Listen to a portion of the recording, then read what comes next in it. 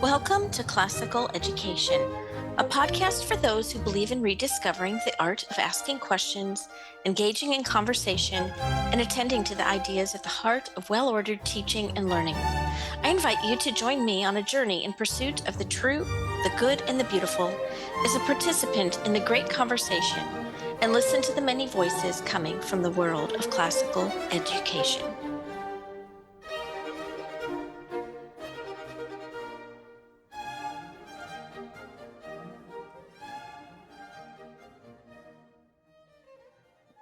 Today, we have a very, very special guest, somebody that has had a huge impact on me personally.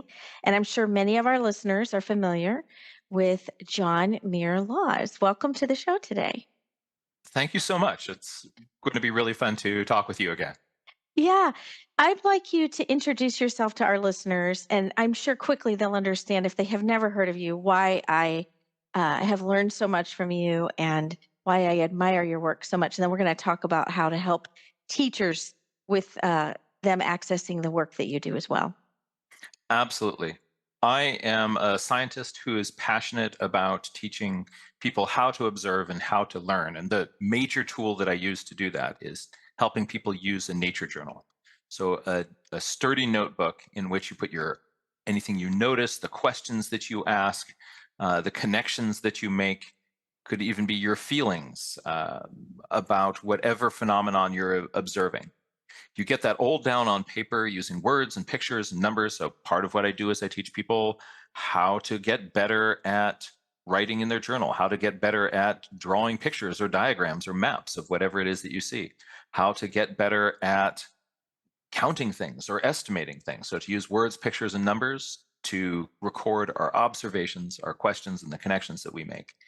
And what you get is you get it out of the electric meat inside your head and onto a piece of paper in front of you. You're going to find that you can uh, you've got a larger collection of thoughts and ideas that your brain can dance with at one time.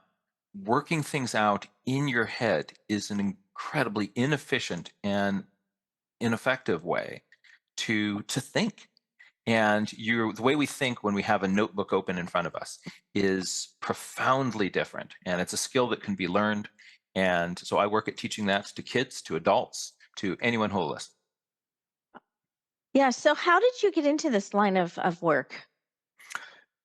When I was young, this is really before we had a really clear definition of what it was. I'm dyslexic. I still am dyslexic, and that was a real challenge for me more than 50 years ago.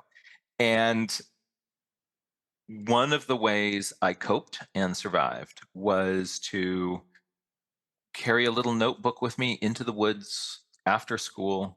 I lived in the middle of San Francisco, and between school and home, there was Golden Gate Park. And I just wander through the park, look at trees, look at birds, look at squirrels and animals, and record everything that I noticed and observed down in this little notebook, drawing pictures of everything that I saw.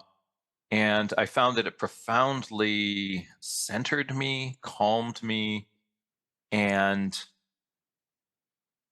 that for me, I think was a major coping process.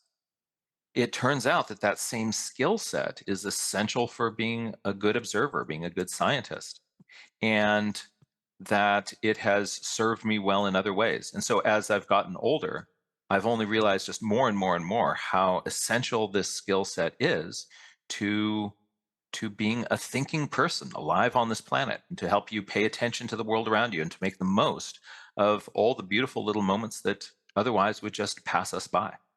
Hmm. How did your parents respond to this? I mean, I think you grew up in a home with parents who appreciated nature already, correct? Absolutely.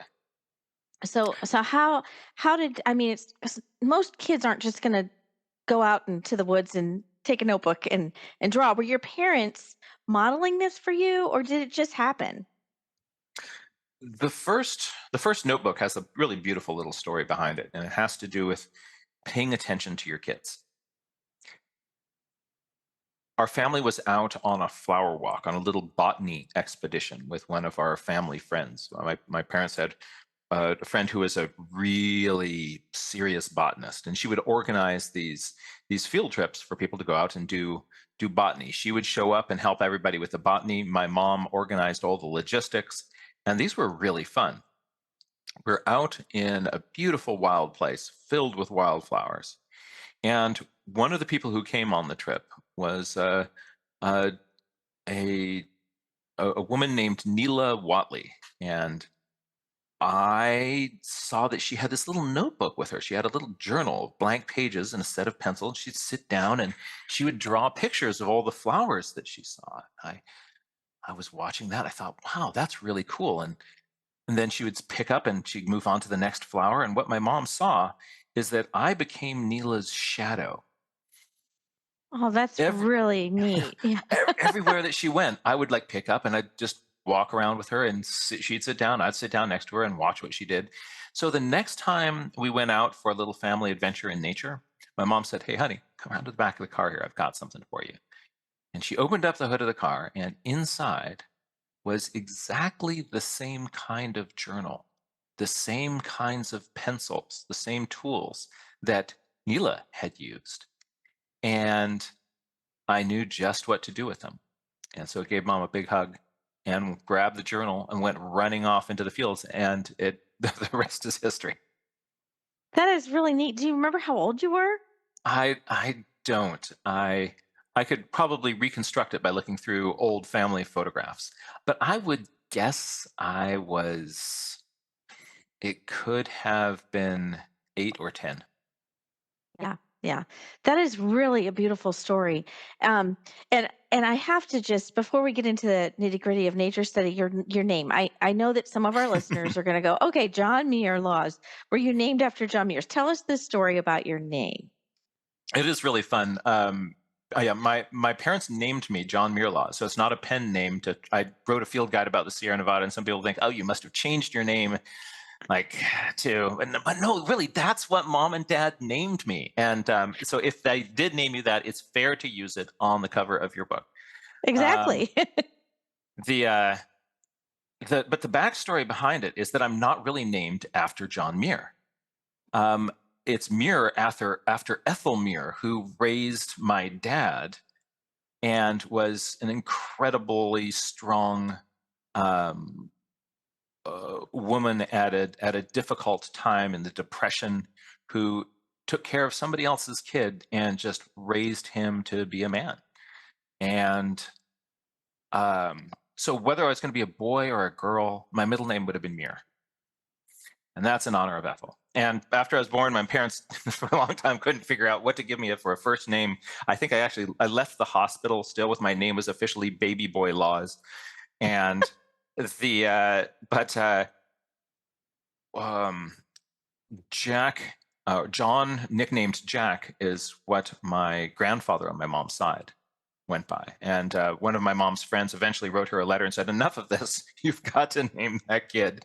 And I suggest that you name him John Muir Laws. But I think that you should call him as a nickname Jack Laws. And apparently she had beautiful script, one of those people who really worked on their penmanship. And she wrote out in this big flourish, Jack Laws. And then she wrote, I think it sounds like a stagecoach driver. And my mom thought like, oh, wow. And boom, that was it. So I either would take up a career in natural history or driving a stagecoach. And since the stagecoach business is kind of going through a bust right now, I became a naturalist. I love that. And you go by Jack, but that's what Everybody people call calls me you, Jack. Jack. Yeah, that's Jack. right. Because Yeah. it's so much shorter than John. Yeah. So let's get into some of this nitty gritty of nature study because some of our listeners, they don't know how to do nature study or they're afraid of nature study. They're afraid of Yeah. nature journaling. They're not artists. They're parents who are busy. They're teachers who are busy. And I always say, you really, really need to prioritize nature study in your schools. Every school I work with, every parent I work with, you have to be getting them outside for fresh air. Even if you can do your math lessons outside, do them outside. Get outside when the weather is nice but you've got to prioritize doing some nature studying and nature journaling. And I know that this is a huge fear, or even just not even necessarily a fear for some people. It's just like, I don't have time. That's like extra. But I know, and you know, that it's not extra and that it lays the foundation for how to be and think like a scientist, so that Mm. when you study Mm. formal science in high school, you actually can learn it because you have this foundation. So, talk to our listeners about the foundations that nature study and nature journaling lays for a child. With pleasure. But let's break it into two parts. The first is Sure. why nature, and the second is why journaling. Love it. And so, why nature? There is a vast and growing amount of research and evidence about the impact of being in nature on our physical health and our mental health, and our ability to work together with each other. If you have not read the book, and you're a parent or an educator, run, don't walk to the nearest library and get yourself a copy of Last Child in the Woods by Richard Louv. It is a uh, very richly referenced, resourced, researched book on the impact of being in nature on being a kid. And psychologically, we've got all of these if you're a teacher, you've had that ADHD kid who sits in your class. They can't sit still in their chair. Mm. If you've ever gotten them out into the field, like that's the lizard finder, right? Yes, Um, that's me. I'm ADHD, and that was me. I'm still yeah. like that. Yeah.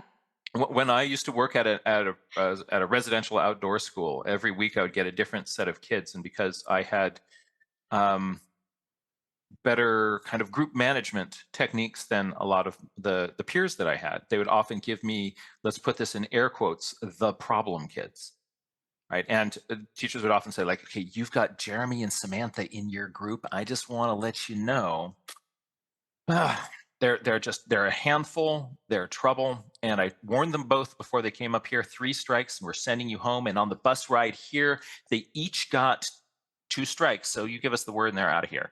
And I'd just say, thank you so much. Thank you for letting me know. And then secretly go away like, oh, good. I've got some of these kids.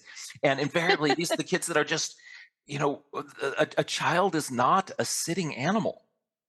Right. We're running around tree climbing adventure beasts, and being out in nature gives us the place and the opportunity to let that better part of our nature shine.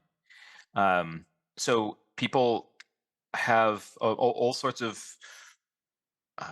psychological challenges are less when we're in the presence of nature.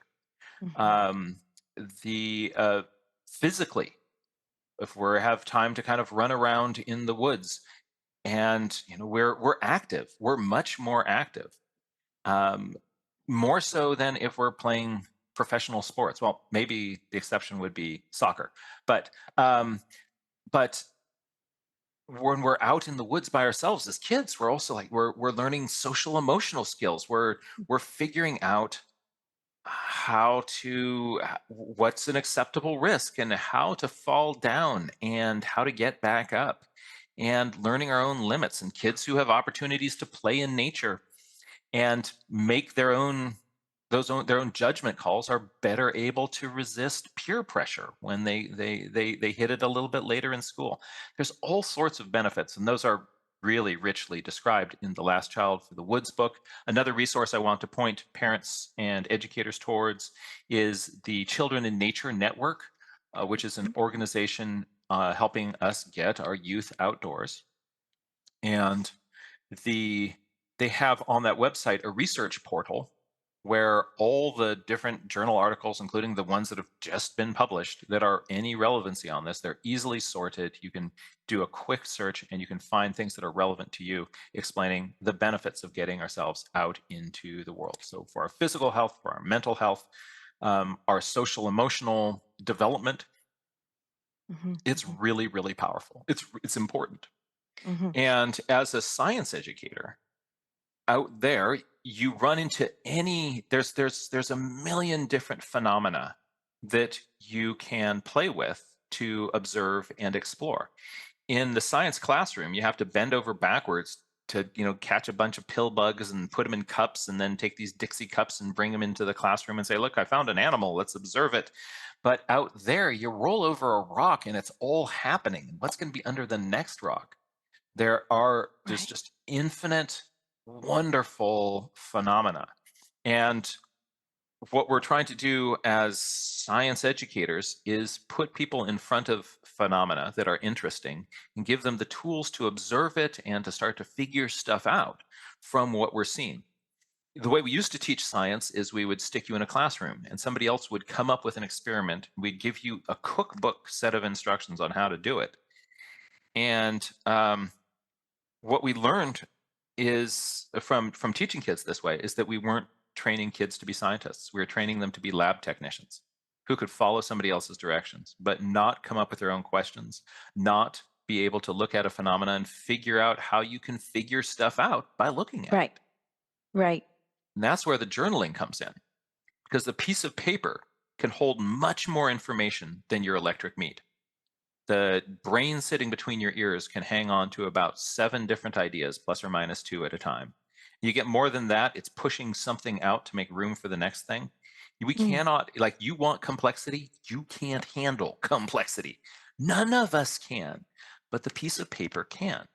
The piece of paper is this wonderful analog brain adjunct that allows us to notice much more, because you notice something, you put it down on paper, and notice something, you put it down on paper, and notice something, you put it down on paper. All of a sudden, you've got all these observations staring back at you. And those then generate questions. So we start to write our questions down. If you don't write down your question, what happens is you come up with a little question, you go like, huh, and then your brain goes, well, let's forget that because it's not going to be essential for my survival. So you lose all these interesting questions, but you start writing those down with your observations and writing down Hmm. your the connections that you make. Like, this is sort of like this other thing, but it's different in this way. So we teach these practices, which we call I notice, observation, I wonder, curiosity, and questioning. It reminds me of, which is making connections between things. So I notice, I wonder, it reminds me of is this little mantra that we do as we are nature journaling to train ourselves to be better observers, more curious people, and to be able to practice making connections between things that we know or have seen before or have read about and what we're currently looking at. And by weaving those sorts of webs, that's how we make meaning. That's how we make knowledge. That's and also this is all knowledge that is in the context of the evidence for it. If we Hmm. just teach kids, like, here's a bunch of facts, I want you to memorize these things about science. We're not teaching, or that, I mean, it's easy to test that, and that's why we've taught that way a lot, because that approach is easy to test.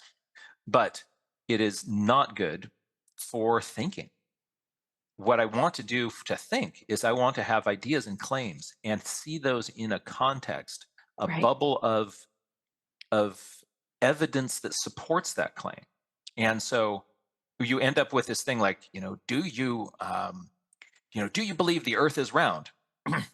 Well, then somebody says yes. Okay, why do you believe that? Well, because everybody told me it is. Cool. Huh. Well, what you've got there is a claim that is out of context with the evidence. And what we want to say, like, do you believe this, whatever statement? And for the student to kind of say, like, I have, 70% confidence in that because of the level of the evidence that I have for that. So the idea then that if we're teaching people to think like scientists, what we're teaching Hmm. people to do is to not just sort of blindly believe in something because somebody else in authority said so. But with any idea, we're going to hold that in proportion to the strength of the evidence for it. That's a different way of thinking. Yeah, and this is actually very much in line with the classical trivium, the grammar, logic, and rhetoric. When we learning something new and we're recording that and naming it, and logic, we're asking the questions, we're having a dialectical conversation in our own brain or with one another, Yes. and then we're actually recording it and talking about it, and that goes into when you're beginning to do the more presenting what you have found. Now you're going into rhetoric, right? to present and persuade, here's the evidence. So it's very much nature journaling, nature study is very important for a very solid classical education experience in the true sense of how the trivium operates. And I agree with that. And I'm going to add something to that. Also, the important thing here is not this idea of presenting a persuasive argument for something. We're trying not to kind of have somebody who's just good at the process of argument for Right. argument's sake, but what they're able to do is they're able to say, here is evidence that I see. Here are the logical connections that I use to fit those together that leads me to this conclusion and I can say I hold this conclusion for these reasons. Mhm. And in the place of different evidence, I'm willing to change my mind. Yes, exactly. And this also ties into an education in the true, the good, and the beautiful, which all of our classical schools on their websites claim we educate in the true, the good, and the beautiful. Well, nature study helps you do that. You're learning truths, you're learning and studying things that are good and beautiful, and you're learning what beauty is. That you're going out there and you're seeing what's beautiful and making those connections. And um, I want to comment to your framework, your curiosity framework. The I notice, I wonder, it reminds me of. I That is so brilliant. I got that from a conference I attended that you spoke at in Maryland many years ago, and I have used it for so many things when I train teachers on how to talk about poetry. Mm, Let's just talk about what we notice, what we wonder, and what it reminds me of. Before we go into anything else, it's more important that we're approaching poetry from a poetic experience. We want to have that poetic experience with nature, with poetry, with things that we're reading and studying, and that framework just sets up a great poetic experience for education, even in listening to music and learning to hear music and have a music appreciation, looking at beautiful art and having art appreciation. That framework works just wonderfully for all of that. Um, I also want to share with my listeners something that happened to me that changed me dramatically. I was at your session, and in the morning, you were sending us off in groups of three, and you told us, okay, there's a lot of dew outside today. So I want you to go out and look for one dewdrop on a leaf or on a blade of grass with your partners and like study it together and talk about what you notice and what you wonder. What does it remind you of? And then we'll come back and share. So I was with two other people, and we found a dewdrop on a leaf that we decided we were going to study together. So we sat quietly, looked at this dewdrop, and I was on the right side, and there was somebody in the middle, and another person on the left side. We were all staring at it, and then we started talking about what we noticed. And it was interesting because we were talking about reflections that we saw in the dewdrop. And when I was describing what I saw in the dewdrop, it was completely opposite of what the person on the other side of the dewdrop saw. mm. And I was like, that's not what I see. And so we were like, let's switch places. So we switched places. And then I saw what she saw and she saw what I saw. And bam, I had my lesson in perspective. In Ah, h- in how nature study teaches you to have a conversation with a person that may have a different perspective. ah. If only we could teach ourselves to do that in everything that we do. How can we have a conversation with each other? How can we learn to see something through somebody else's eyes, not with the goal of making them like us, but with the goal of truly understanding them and them understanding us? And from there, is it possible, if we truly understand each other and respect that, that we could treat each other with disdain, with with unkindness? I don't think so. Right. Um, And it go ahead, keep going. Well, I just think that uh, classical education, if it is going to be an education in the beautiful and the good, it ought to, the telos of a classical education ought to always be that a student ends their graduating as a person who cares deeply about other Mm, people and about the world they live in and about things and about everything, and that their world should be so enlarged that they have a real deep sense of care, respect, and responsibility. And I don't think that there is any other academic subject in a classical education that does that prepares students for this as well as nature study. That's a really bold statement for me to say, but I feel so passionate about nature study. And this is why I asked you to be on the show today, because I really want our teachers, our headmasters, our parents to understand that even now, probably now more than ever, how important this is because kids aren't getting it. The more screen time they have, the more nature they need. mm, mm. And so I really wanted to. I'm getting on a soapbox here. I really wanted to emphasize how important it does shape our character. And just to pick up on a thread of what you were saying there, we want that child to care. We want the learning that they have to be relevant. And here's how nature journaling ties into that. For a long time, I've been working in environmental education and nature study. And what I wanted to do is, as my goal, I wanted to help kids fall in love with the natural world around them. And in order to do that, I needed to come up with a working definition of what is love. So if I'm working to try to help people fall in love with the world, well, what am I really talking about? So the little scientist in me decided to, I'm going to go define love. and, and I actually think I've got something useful. And here it is. Love is sustained, compassionate attention. The act of sustained, compassionate attention. And it is hard to do. It is hard to pay attention and attention and attention and attention. Um, and the act of attention, think about sort of the act of attention with your child and how that changes your relationship with them, right? The um, with your partner, your husband, your wife, or attention to a place, how a place that you come to know deeply, you fall in love with that place through the time of spending attention with them.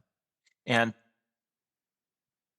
in this definition, I'm not talking about the sort of the falling in love thing. That's more a trick of our neurochemistry to get us to pair bond long enough to continue the species. But think about sort of the deep love that comes of growing and knowing over time. And it's the acts of attention. If you're able to close your laptop and say, I'm sorry, honey, I wasn't really listening. Could you please say that again? Um, or let me repeat back to you what I think you heard, because what you're saying is important to me. And I want to really understand. Like that deepens your relationship.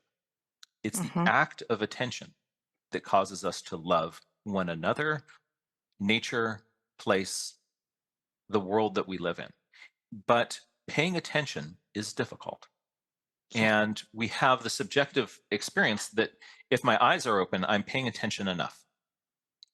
But we can learn skills to deepen our ability to pay attention. And what that does is deepens our ability to fall in love. Oh, that is so good. I love that. I know I recently, piggybacking on that, I have found something that has helped me in my communication with my husband. Sometimes I'll be answering emails around Facebook and he'll start talking to me and I'll realize I'm not listening and he'll get frustrated. And so I have learned this new habit of saying, "Okay, wait. Can you wait just 1 minute because I really want to attend well Mm-hmm. to what you're sharing with me and I just need 1 minute to finish this and then I will attend." And that has been a really I think a really good new habit that I've been doing that seems to be helping us because we're all so busy. We've got these little phone gadgets that Mm-hmm. that really are in the way, and we wanna have conversations with the people we're living with, but we always have these little phone gadgets in our hand. Yeah. And those tech companies have figured out that the most powerful commodity that what they want from you is all they are competing for is your attention. How Mhm. can I keep you on this app just a little bit longer? Right, Right? They want your attention. That is right. your most precious commodity. more so than your time, your attention. That's what Mhm. they're after. And that is what our children deserve. I'll tell you a story that is parallel to what you said with your husband. When I was early in being a parent, my oldest daughter was then had just recently kind of learned to kind of walk and was toddling around. And she has a favorite stuffed animal named Chuck, which is sort of a chicken, sort of a duck. We couldn't figure out which, so that's why it's Chuck.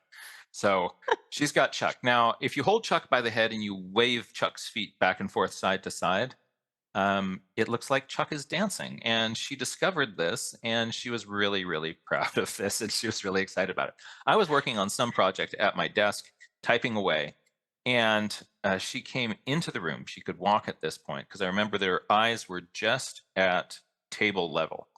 She's got Chuck and she says, Papa, she says, look at what Chuck can do. She says, look at Chuck. And I kind of out of the corner of my eye, I'm looking at Chuck and there's this stuffed duck chicken thing with the feet wobbling back and forth. And I go like, oh, that's great, honey. That's great. hmm and I'm thinking like I gotta kind of go. I gotta like this is I gotta do my project and like there's this duck, right? And then all of a sudden these two tiny tiny little hands, her little hands, she stretches them out between my hands and the keyboard. Oh. I look over and down a little bit, and she's looking straight into my eyes, and she's looking up at me with these crystal clear child eyes, and she says, "No, Papa, no, mm-hmm." Wow. Wow. I mean, that was a moment that went through me uh, like an electric shock. And what she was saying is, "You're not paying attention. I know you're not paying attention. You Right. know you're not paying attention. You know I know you're not paying attention. And honey, that's not love. And Right. what I need is the gift of your love, of your attention. No, mm-hmm." And we realize that we're giving mm-hmm to so much of the world around us. The beautiful moments that we're in, if we're there, if part of your brain is there on your phone, no, we got to learn how to put that aside and be there and be present and to pay attention to this moment, to this child, to your partner, to your husband, to your wife, to the person who you don't know, and but you're now in their presence and you're speaking with them. How can I pay attention to that moment that has never happened before on the history of the planet? This has never happened before. And here we are face to face. And I have the gift of being present with you. No, Yeah, that's really good. That's really good. Um, Nature journaling helps us to learn the habit of attending. that's right. Yeah. That's right.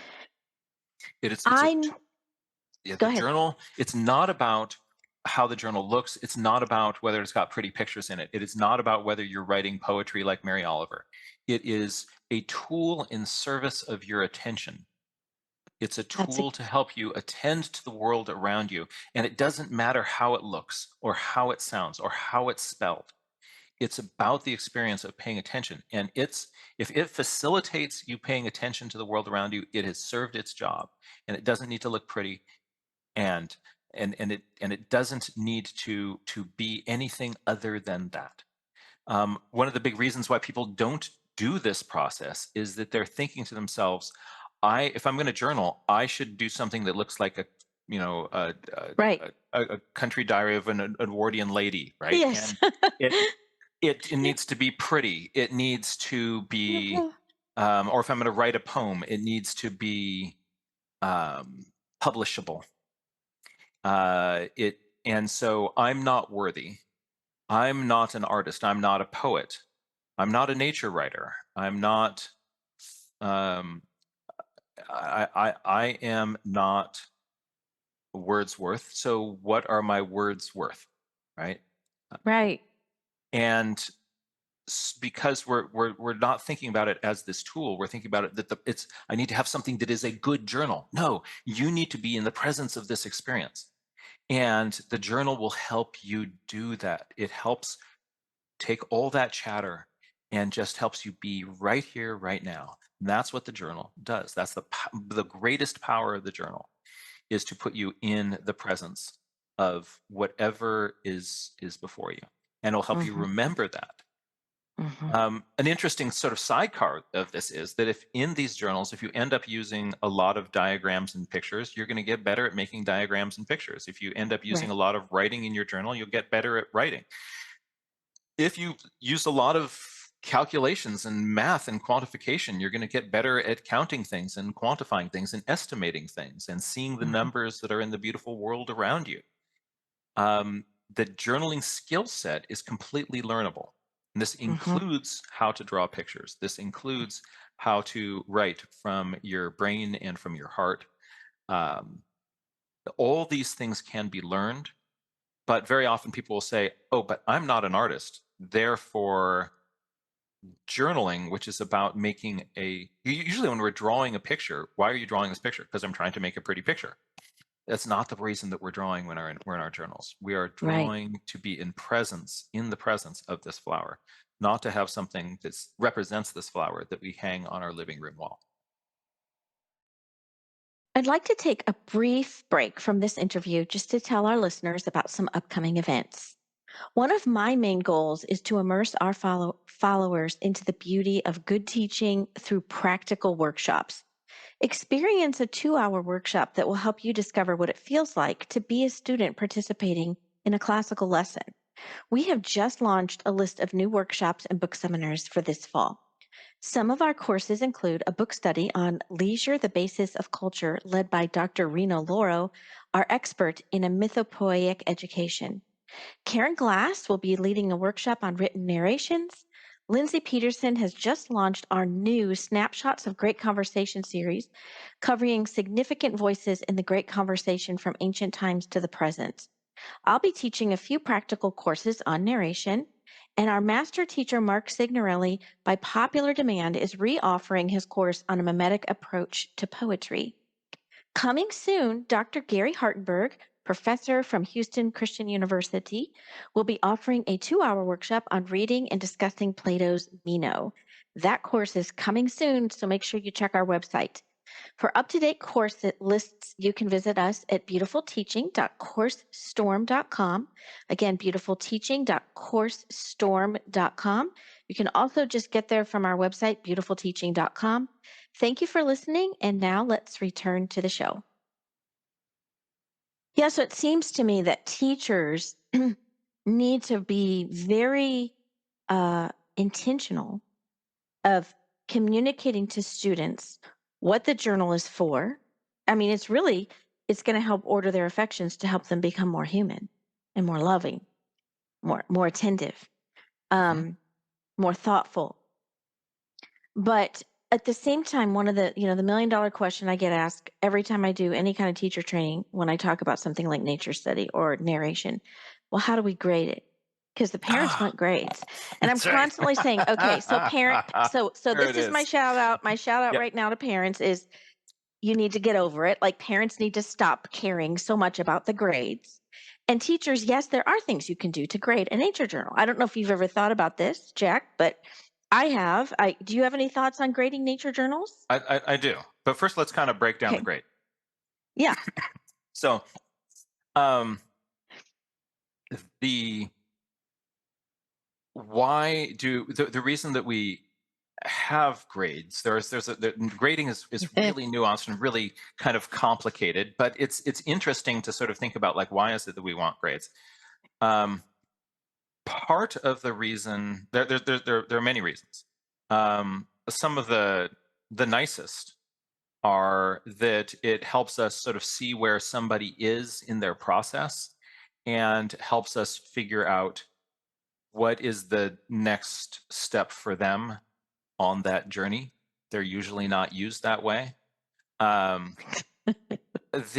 another sort of nice way of um, framing things is to figure out um, who needs support where, and so that we can give that support to somebody, and they're usually not used that way.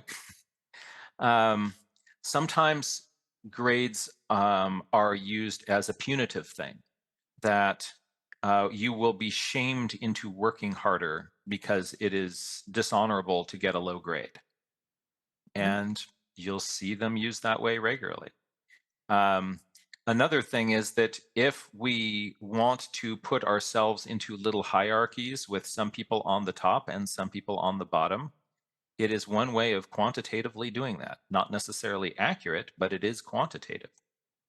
And, you got 98 and you got an 82, right? And for for systems that want to, you know, reward the alpha, these are convenient.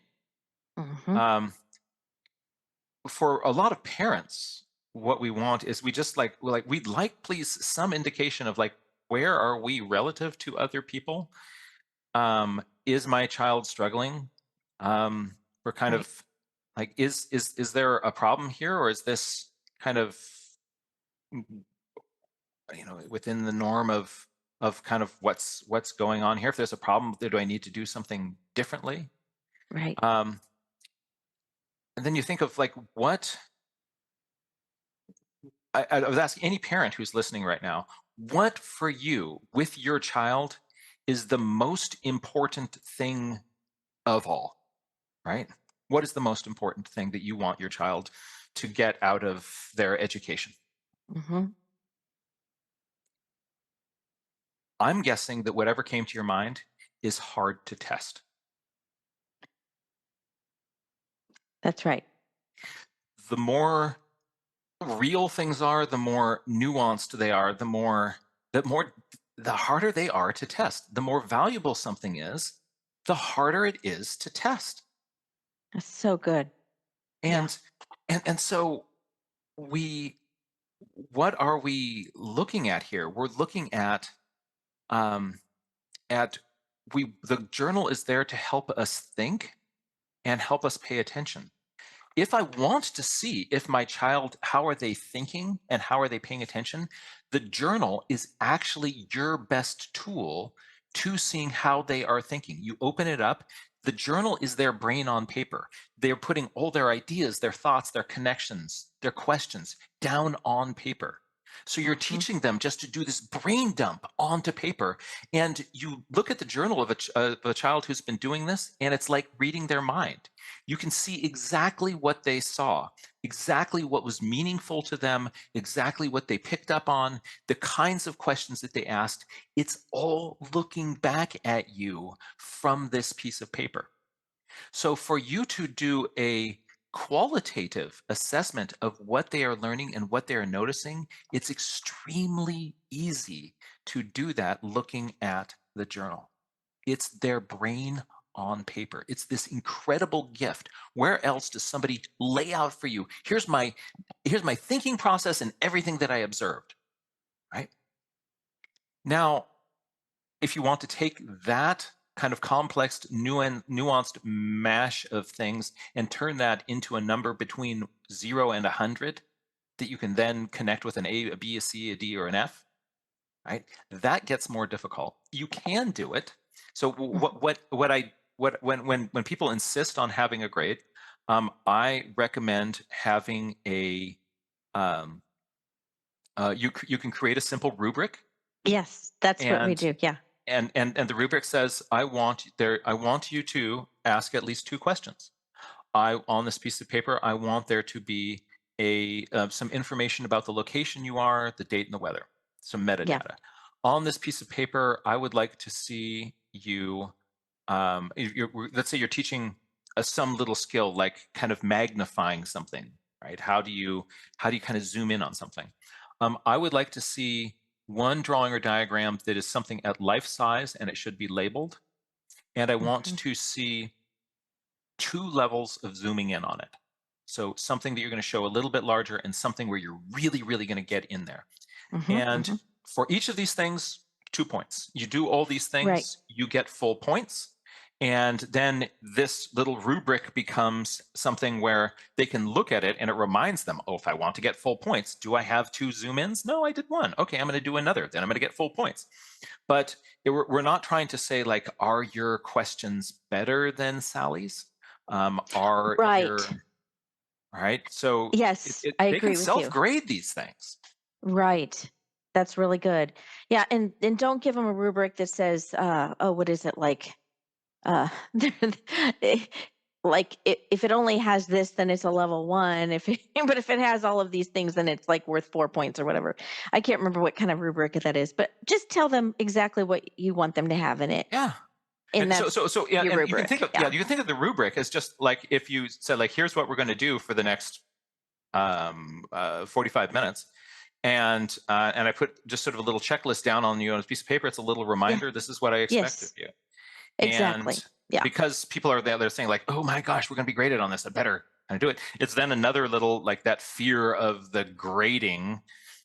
Right. It's people will do it. So it can be useful, but what we don't do. Here's what we don't do: is you don't kind of walk around and just look for which journal has the prettiest picture in it, and that kid Right. gets 100 points. Or the Right. kid whose spelling is off, you get 9 points, right? Right. Um, it's not about the pretty picture. It's not about how you're spelling it. It's about the ideas, not the art. It's about the ideas and the thinking, not the mechanics of writing. There's a different place for looking at helping somebody with their spelling and their grammar and their punctuation. There's a Right. different place for how do we kind of get good shading on a drawing of a sphere. In an art class, I'll teach that and give feedback on it. In the context of nature journaling, I'm interested in their thinking and their ideas, and we get that down on the paper. And similarly, when you, as an adult, when you look at their journal page, we have to train ourselves not to. Normally, what you do is a kid holds up their journal and you say, "Oh, honey, that's beautiful! What a gorgeous picture of that flower! That's a tree. I mean, that tree." And and then, so what we do is we kind of go into, "Oh, good job, you did a pretty picture."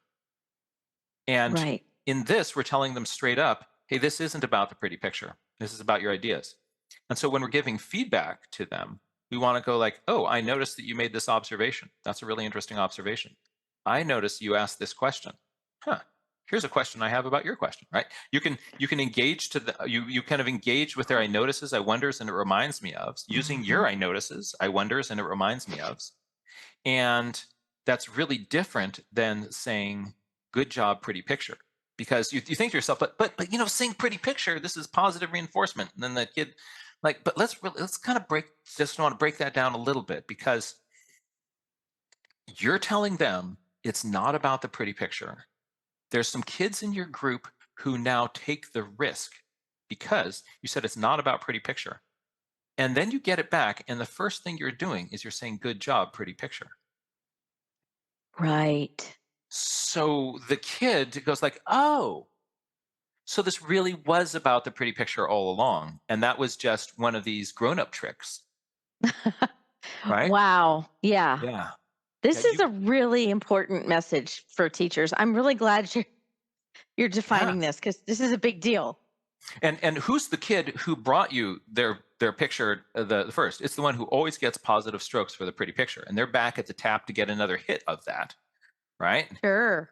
And Right. over on the side, listening, there's another kid who actually went out of their comfort zone, drew some pictures and diagrams, but they're not one of the, what they call, like, you're not the art kid in the class, but they're training themselves, they're starting to train themselves to do visual thinking. And then you say to this one kid, well, what a good job, you did a pretty picture. And they say, well, thank you very much. This was just another grown-up trick. You got me this time. See if you get me the next one. Right. And your credibility's out the door. Oh, man. And this is how we crush students. This is how we crush them. But what's weird about that is that our intention was good, right? Right. Exactly. I mean, Exactly. Like all I did was just say, "Good job." I was just being positive. And this is the same thing with kind of when we're teaching kids about growth mindset. If I say to the kid, "Oh, honey, you're so good at math. You're so good at math. I'm really proud of you. You did such a great job on this. You're really good at math." What I'm doing is I'm saying, here's a fixed trait. You have this characteristic, which we'll call good at math. Right? Mm. And well, that's interesting. Um, and it's interesting because um, if I'm good at this, that means that there's also bad at this. And the last thing they want to do is to kind of hit the boundary of where they're no longer good at math. You went back and you kind of double checked this way. Those are strategies that mathematicians do all the time, and they are it's those are really useful thinking strategies. That's really interesting. Hmm. Hmm. Um, and then what they do is they say to those kids, "Hey, for part 2 of this test, there are 2 piles of paper here. In pile number 1, they are questions just like what you did. And um, in pile number 2, there are some ones in there that are a little bit more difficult, but they are kind of there's some interesting kind of problem solving ones in there as well. And you can pick whichever one you want for part 2. Those kids who you gave the fixed mindset to, you're good at math, the last thing that they want to do is to disappoint you. More importantly than that, they don't want to disappoint themselves, and they don't want to come to the edge of their not good at math. They grab from pile number 1 the ones that are just like the things that they did, and those ones who you gave feedback about their process and growth mindset related comments. Those kids will dare to pick up papers from number 2 just because of the growth or fixed mindset feedback that those researchers did just for a minute or so before they picked up their test. Yeah, I think that study was in the article I read too. That's great. I'm so glad you brought that up. I think we could do a whole podcast just on growth mindset. Oh, it is such a critical idea. If your kids get the growth mindset idea, then it makes sense to try on the things that are hard. But Yeah, if you have a fixed mindset, it makes total sense to stop and give up. yeah, yeah. So okay, let me just ask. I know we're talking about nature study. We're getting close on our time here. Real quick though, just to help our listeners on this, uh, growth mindset versus you said fixed mindset. Yep. Okay, so what would an example of like a parent or a teacher thinking, oh, my student has they learn through auditory or they learn Hmm. through sensory or they're Learning gifted styles. at learning yeah, the learning styles. Is learning styles kind of that fixed mindset? Nope. Um, so let's unpack the. There's several things here. One is that there is this idea that kids um, you should figure out a kid's learning style and then Right. design their curriculum and how they Around learn it. around that.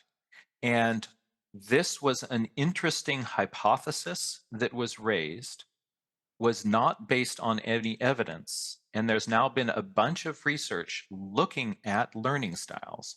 And we find that it is it's not a helpful concept or idea for us. Okay. Okay. And we actually, if you kind of then shoehorn somebody into one way of learning something, you're going to make their learning more difficult. That Hmm. for all of us, we're going to actually benefit from. We might enjoy looking at pictures more than other things, right?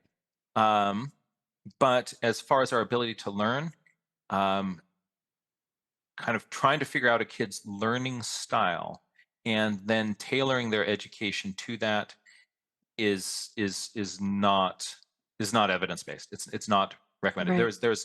It was an interesting hypothesis and kind of cool. Um, Hmm. I would say though that for all of us, if we can get the same concept through a bunch of different angles, we'll be able to wrap our heads around it better. Right. Right. Well, So, we want to in a classical education, we should be focused on educating the whole person, which means multisensory. We want to the whole poetic experience, poetic teaching is multisensory. It's all of it. I know I'm very weak auditory. I have a hard time listening to audiobooks. I thought to myself, well, I need to mhm. strengthen that area of my life. So I've been listening to audiobooks and I'm getting better and better and able to listen to more and more, but I have an auditory processing disorder. So it's Ah, very hard for me. Now, if I had been but I'm going to schooled, yeah, interrupt there because you are in that demonstrating a growth mindset. What you're saying, what you had a mindset that this is something that is challenging for me. Why don't I lean into it and I'll get better at it? As opposed to exactly. the fixed mindset says, I'm no good at this, therefore I can't do this, therefore I won't do this, and therefore you can't do it because you Right. don't do it. But you chose to do this, and your brain is continuing to grow and change because of those challenges that you're giving it. Right. That's kind of why I was thinking that the learning styles might be a fixed mindset Mm, example. Because if hmm. you pigeonhole a student into they're this type of learner Yeah. and that's how you're teaching them, then you're kind of going in the fixed mindset aspect because they're now not getting strengthened in the other areas that they may be weak in. And you've also created this self-fulfilling prophecy, right? That I'm not going to Oh, teach you through right. these other modes, so you're not going to develop in those areas. What all Right. the research on learning shows is that through repetition and effort and continuing to work at things and through productive struggle, we physically change the shape of our brains. We're Right. stitching together new little sets of neurons. The first time you try to do something and it's hard, your brain goes like, "Oh, that hurt." And then you try to do it again, and your brain goes, "Oh man, this again." And then you try to do it again, and your brain goes like, "Really? Oh man, okay." You keep doing this thing, and so I guess we're going to have to stitch together a few neurons to create a few little synapses in honor of kind of processing whatever this is. And then the next time you do it, it's a little bit easier because your brain physically changed its shape. All learning is physically changing the shape of your brain. That is amazing. That is And so cool. it doesn't stop. It happens through as you're doing this now with your audit with your books on tape Hmm. and at all ages, this is what happens with us. All learning is doing this. And if you um, but if you have the fixed mindset, then if you find that something is difficult for you, this means this is something that you can't do. This means it's a threat. It's something to be avoided, and don't go that way anymore. And this Hmm. is just it's this totally different way of thinking. And also, like if somebody else is good at this thing and you're bad, then like they're a threat to you. Or somebody's giving you advice about something, but I just can't do this. You're annoyed at them for trying to help you with this thing that you can't do. But if you've got a growth mindset, you're like, oh, how are you doing this? Like, oh, what's going on there with that? Let me take a oh, I see that. Thank you for helping me with that. The way Right. we respond to feedback, the way we respond to all these different things completely changes whether we have this growth or this fixed mindset. And teaching journaling, and nature study through the journal is also an interesting way of teaching growth mindset because you've got two things going on in the journal. One is the number of pages that you fill shows how much work you've been putting into this. It's a document that records the work that you have put in doing this. And also you can look at the start of the journal and see what kind of questions you were asking or how you were making maps, and you can compare that to now. And Right. like, Right. ah, I've changed. I've gotten better at this. And here's the work that took me from there to here. Right. And you might discover answers to the questions you've journaled. That happens a lot. And sometimes you don't, which is also good. Because if we're doing this right, we're asking way more questions than we'll Aha. ever be able to answer in our Answer. lifetime. Right? Right. So we don't want the students to feel like if you write a question in here, now you got to find the answer to that.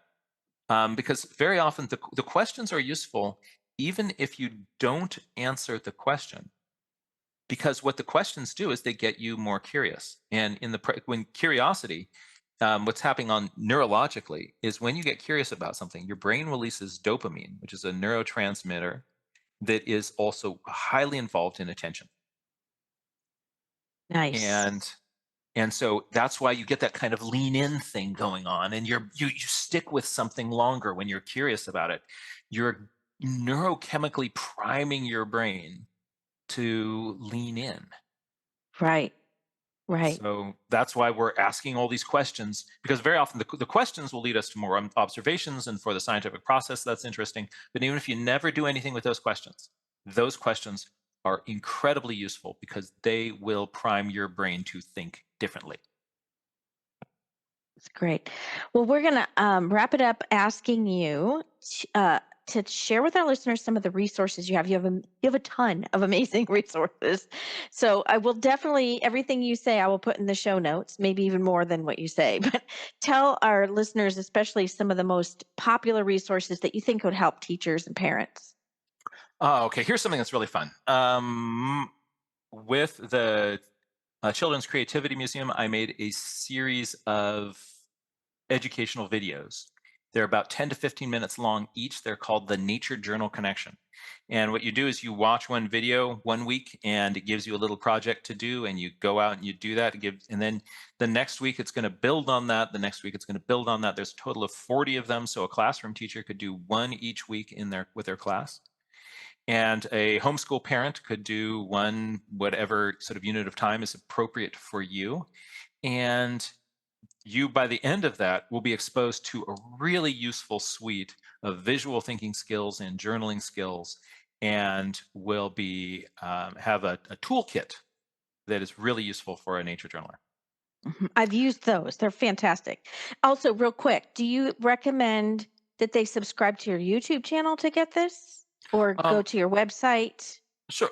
Yes, and Okay.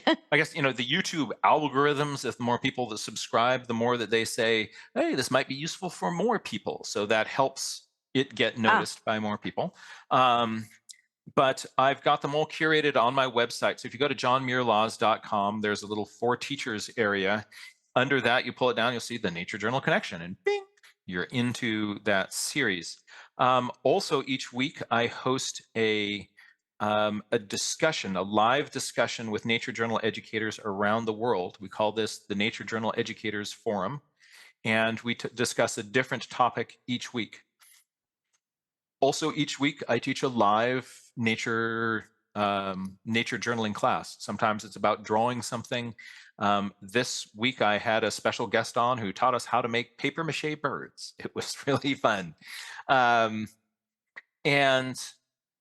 I also have an archive that you can get to through my website. There's no paywall for any of this, by the way, of hundreds of videos and tutorials on drawing birds and different sorts of things. If you like books, I wrote a book called How to Teach Nature Journaling. If you're interested in teaching it, that entire book is also available for free as a download from my website. I also wrote a book on nature drawing and journaling called Law's Guide to Nature Drawing and Journaling, and it's about nature drawing and journaling. I have that book. It's a great book. Yeah. It's got tons of kids really love that one. It's like, how do you draw beetles? Here's some stuff. What about lizards? Oh, here's some stuff. What about birds? What about a landscape? So it's, how do you draw trees and landscapes and forests and lizards and snakes and squirrels? It's all in there. So that's a lot of fun. And also gives you some really good fundamental skills on being able to draw what kind of comes to your mind. That book emphasizes a lot of the drawing part, but I Hmm. want to say again that drawing is not, it is a tool in the quiver Right. of a nature Right. journaler. And it is not the only thing. One other resource that is absolutely great is we've just started a nonprofit organization called the Wild Wonder Foundation to help people everywhere get involved with nature journaling and to kind of keep your own nature journaling or to be able to teach it to others. You can connect with mentors and teachers around the world who will help you with your nature journaling through this, through the webpage, through the foundation, wildwonder.org. There is also a a teacher's area in there where um, we have videos for teachers and downloads and resources of a lot of the materials that are in the How to Teach Nature Journaling book. Sometimes if you go to a workshop and somebody does an activity, then Sure. we can, it's easy for us to visualize how we do that activity, Right, and we go because home and we do. we learn by imitation, just like you followed and shadowed Nira. What was her name? Neela When Watley. Neela, you Neela. followed and Yep. shadowed because that's how we learn. We learn by imitating. That's So you can yeah. see videos of teachers teaching these with a group of real students. Now, do Yeah. any of these resources, I mean, like the wildwonder.org, is there a paywall there? Is there like a Nope. membership? It's all, wow. And then your Nature Journal Education Foundation, anybody can sign up. Is that like a Nature Journal webinar? Educators Forum. Yeah. Some people on there are classroom teachers, some are homeschool parents, some people are people who might be teaching someday but aren't currently doing that and just want to show up and kind of participate in it. Or be a fly on the Others wall. Like, will I be a just want to fly on come the be a wall. fly on the wall. Yeah. Like, And so you there's people just, of all it is free. All you have to do is you go to my calendar and it says like on this day here's the link to the forum. You oh, click that button and bink. If you've got a Zoom account, you're in the meeting, and and the calendar is on your website? that's on my website. Wow, that's Um, great. we've also created now a calendar of events hosted by nature journal educators all over the world. So if you go to the Wild Wonder Foundation and click there on the community calendar, you can get something that has my classes on it, and it also lists all of the classes by other folks. Wow, that's amazing. Yeah, And you do have like the best resources. yeah, And and I'm not sure, when this podcast is going to come out, but coming up soon we have a nature journaling conference called the Wild Wonder Conference, and in that we have 25 different. Um, and that will be that's just in 1 week from our recording here. But we've got 25 different presenters who will be giving their skills. You can sign up for that conference. We also have scholarships available to that conference, and also all of the presenters and lectures and talks will be recorded and available in a video pass as well.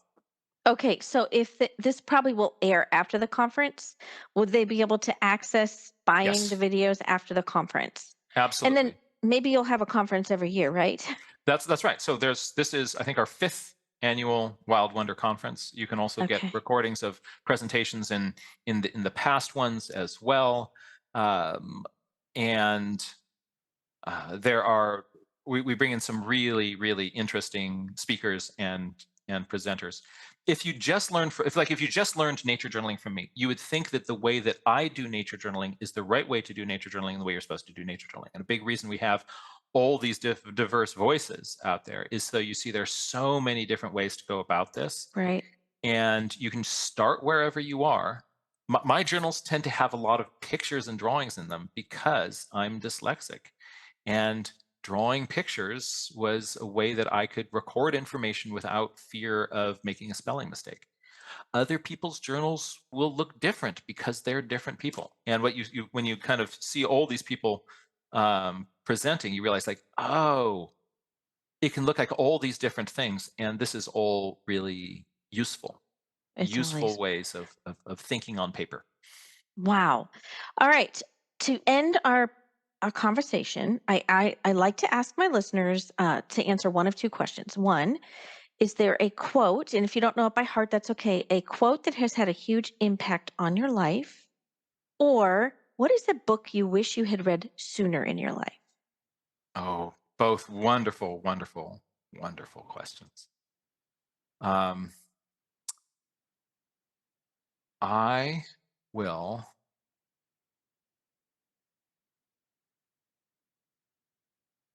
I will go with a quote by Mary Oliver in her poem "The Summer Day." Um, she ends this wonderful, beautiful poem with a simple but devastating question. And she says, tell me, what is it you plan to do with your one wild and precious life? That's good. It is. And that's Yeah. actually the name of our foundation, the Wild Wonder Foundation. The wild is actually a direct reference to that line from Mary Oliver. What is Wow. it you plan to do with your one wild, precious life? And what's interesting in the poem, what is she doing? She's sitting in a field and she's paying attention to a grasshopper. She's looking carefully at a grasshopper. And it just sort of reminds me of the power and the importance of being present wherever you are, and paying attention to this moment is one of the most powerful things we can do to honor the gift of this one wild and precious life. Well, that's a perfect way to end this interview. Thank you so much for your time. This has really been a treat. I've really enjoyed talking with you, and thank you so much. Thank you for listening. You can get involved in a few ways. There's a Facebook page where we actively discuss the ideas around classical education. You can find us on Facebook at facebook.com/groups/classical education. And if you want to help offset our production costs, you can support the podcast financially by going to www.classicaleducationpodcast.com/support. As the great artist and educator John Ruskin once said, well, my friends, the final result of the education I want you to give your children will be in a few words this: they will know what it is to see the sky, they will know what it is to breathe it, and they will know best of all what it is to behave under it as in the presence of a Father who is in heaven.